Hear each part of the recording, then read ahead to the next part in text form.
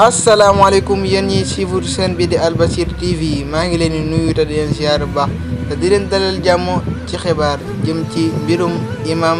Alioune Badara Ndao Abdou Karim Gueye xurum xàqan di Karim nitu dëgg génn na jël ay kàddu jëmee ko ci état bu Sénégal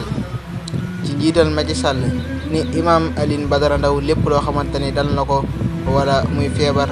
ba rey ko tey jii nii ba faat ko nee na état bu Sénégal ñoo ko teg ñu teewlu kàddu Abdou Karim Gueye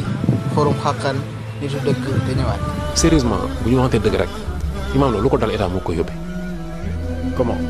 dafa am lu ñuy pompé ci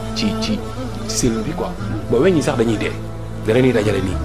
parce que lem ko ñëw bu ñu ñëwee mu jox ko frère nu waxula weñ ñi ni ñuy dee ci cellule bi. waaw yéen a ko déggandoo comme ni nga xamante ni noonu la ko Abdou Karim Gueye nitu dëgg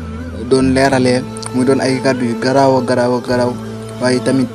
jàpp naa ni kàddu yi yëpp ay dëgg la buñ sukkandikoo ci ay kàddu imam Alioune Badara Ndao yi nga xamante ni waxoon na ko ci ginnaaw bi mu génnee ca koso boobu noonu. ci fàttali nag li taxoon état bu Sénégal jàppoon ko di ko doon jiim wàllum li nga xamante ne mooy terroriste te imam Alioune Badara Ndao laalewu ca dara te itam li taxoon ñu jiim ko loolu lépp ngir